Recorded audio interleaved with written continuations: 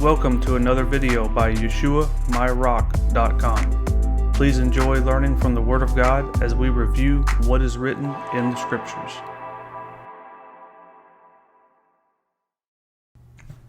Fasting. In this video, we're going to cover some basics about what is fasting and how it applies to spiritual life.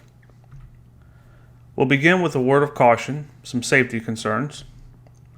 We'll do a little word study, and then we'll cover some miscellaneous scriptures about fasting. A word of caution. Obviously, be smart about it. Fasting is taxing on the body. If you have any kind of health conditions or something that prevents you from fasting, obviously, don't fast. But if you're healthy and you have no issues as far as any like diabetes or something of that nature that would prevent you, then you can choose to fast if you feel like you're led by God to do so. But just keep in mind that it's not a make it or break it type thing as far as salvation or acceptance from God. This is a personal decision that you have to make that's between you and God. So just be aware, know your limits. If you know you're healthy, you have no dietary restrictions, you have no restrictions from a doctor or something of that nature, then here's some scriptures basically about it. Word study. Judges chapter 20, verse 26. Then all the children of Israel and all the people went up and came unto the house of God and wept, and sat there before the Lord, and fasted that day until even, and offered burnt offerings and peace offerings before the Lord. This word fasted is a primitive root to cover over with. It's basically like to cover your mouth, to not eat something. Matthew chapter 17, verse 21. Howbeit this kind goeth not out, but with fasting, by prayer and fasting. This word fasting in the Greek means abstinence from food, to not eat anything. Simple as that. Matthew chapter 4, verse 2. And when he had fasted 40 days and 40 nights, he was afterward and hungered. This obviously is when Yeshua was led into the wilderness for 40 days. The word fasted again means to abstain from food. Some scriptures about fasting. Isaiah chapter 58. Cry aloud, spare not, lift up thy voice like a trumpet, and show my people their transgression, and the house of Jacob their sins. Yet they seek me daily, and delight to know my ways, as a nation that did righteousness, and forsook not the ordinances of their God. They ask of me the ordinances of justice. They take delight in approaching to God. Wherefore have we fasted, say they, and thou seest not? Wherefore have we afflicted our soul, and thou takest no knowledge? Behold, in the day of your fast ye find pleasure, and exact all your labors. Behold, ye fast for strife, and debate, and to smite with the fist of wickedness. Ye shall not fast as ye do this day, to make your voice to be heard on high. Is it such a fast that I have chosen? A day for a man to afflict his soul? Is it to bow down his head as a bulrush, and to spread sackcloth and ashes under him? Wilt thou call this a fast, an acceptable day to the Lord? Is not this the fast that I have chosen, to loose the bands of wickedness, to undo the heavy burdens, and to let the oppressed go free, that ye may break every yoke? Is it not to deal thy bread to the hungry, that thou bring the poor that are cast out of to thy house? When thou seest the naked, that thou cover him, and that thou hide not thyself from thine own flesh. Then shall thy light break forth as the morning, and thy health shall spring forth speedily, and thy righteousness shall go before thee. The glory of the Lord shall be thy reward. Then shalt thou call, and the Lord shall answer. Thou shalt cry, and he shall say, Here I am.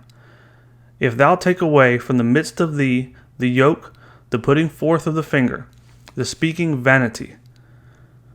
And if thou draw out thy soul to the hungry, and satisfy the afflicted soul, then shall thy light rise in obscurity, and thy darkness be as the noonday, and the Lord shall guide thee continually, and satisfy thy soul in drought, and make fat thy bones.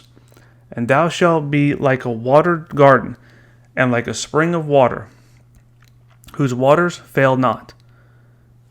And they that shall be of thee shall build the old waste places. Thou shalt raise up the foundations of many generations, and thou shalt be called the repairer of the breach, the restorer of paths to dwell in.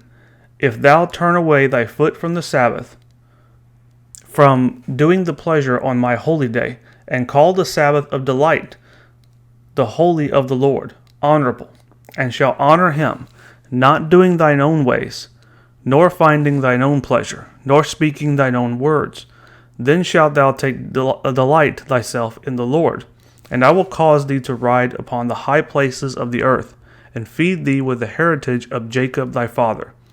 For the mouth of the Lord has spoken it. Now, obviously, this is a whole chapter here as far as Isaiah 58, but this has a lot of things to cover, which we're not going to get into details on, but this is where, if you want to do some study as far as on fasting, the first chapter I would say is go look at Isaiah chapter 58. Basically, when you fast, don't fast for purposes of debating with people. Let your fast be between you and God alone. Let it be a humbling thing that's between you and Him. So just make sure your heart is in the right place.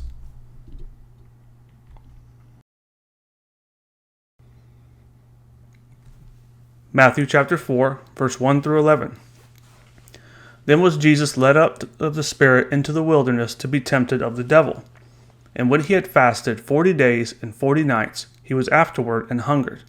And when the tempter came to him, he said, If thou be the Son of God, command that these stones be made bread. And he answered and said, It is written, Man shall not live by bread alone, but by every word that proceedeth out of the mouth of God. Then the devil taketh him up to the holy city, and setteth him on a pinnacle of the temple, and said unto him, If thou be the Son of God, cast thyself down, for it is written, He shall give his angels charge concerning thee, and in their hands they shall bear thee up, lest at any time thou dash thy foot against a stone. Jesus said unto him, It is written again, Thou shalt not tempt the Lord thy God. And again the devil taketh him up to an exceeding high mountain, and showed him all the kingdoms of the world, and the glory of them, and said unto him, All these things will I give thee, if thou wilt fall down and worship me. Then said Jesus unto him, Get thee hence, Satan, for it is written, Thou shalt worship the Lord thy God, and him only shalt thou serve. And then the devil leaveth him, and behold, angels came and ministered unto him.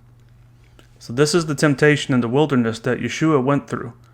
But notice that the entire time he's doing this while he's fasting, of course, and every time the devil comes after him and gives him a temptation, he doesn't just say, No, I won't give in to that temptation. He refers back to the Old Testament prophets and the law. It is written, it is written. Every time he spoke to Satan, he said, It is written.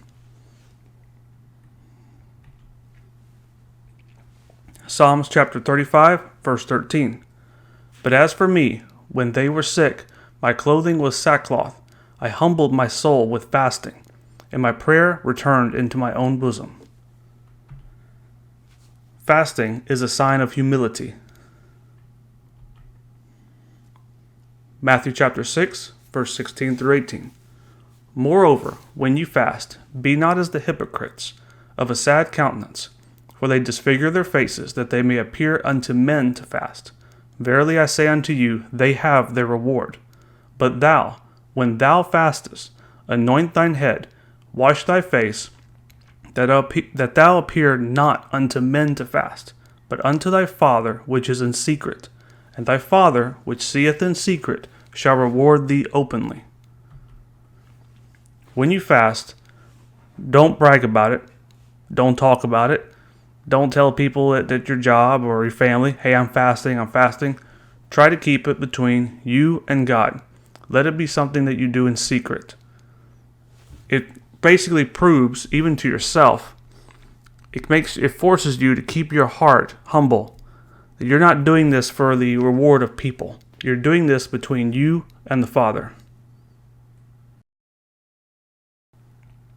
Matthew chapter 9, verse 14 and 15. Then came to him the disciples of John, saying, Why do we and the Pharisees fast often, but thy disciples fast not? And Yeshua said unto them, Can the children of the bride chamber mourn as long as the bridegroom is with them? But the days will come when the bridegroom shall be taken from them, and then shall they fast. Here's an example of fasting to seek his presence. This is, of course, after Yeshua is taken from the world. He ascends into heaven, and we are without him as far as physically on this earth. Yeshua basically prophesies after he's taken, people would fast. Matthew chapter 17, verse 14 through 21. And then, when they were come to the multitude, there came a certain man, kneeling down to him, and said, Lord, have mercy on my son, for he is lunatic, and sore vexed. For oftentimes he falleth into the fire, and often into the water. I brought him to thy disciples, and they could not cure him. Then Jesus answered and said, O faithless and perverse generation, how long shall I be with you? How long shall I suffer you? Bring him hither to me. And Jesus rebuked the devil, and he departed out of him. The child was cured from that very hour. Then came the disciples to Yeshua apart, and said, Why could not we cast him out? And Yeshua said unto them, Because of your unbelief. For verily I say unto you, if ye have faith as a grain of mustard seed, ye shall say unto this mountain, Remove hence to yonder place, and it shall remove, and nothing shall be impossible unto you. Howbeit, this kind goeth not out, but by prayer and fasting. When faced with certain types of demons and evil spirits, some of them, for whatever reason, are just stronger than others. And these kind require more prayer and require more fasting. It's not like a recipe, but when you fast and when you're praying, your heart is more focused on God. And when your heart is more focused on God, sort of like as a chain reaction, your faith starts to go up. When you're standing in the presence of God, your faith and your fear starts to leave. When you're in that condition of fasting and praying, you have more authority, if you will, or more power in that moment to come against these evil spirits. We hope you've enjoyed this teaching. If you'd like to learn more, please visit YeshuaMyRock.com.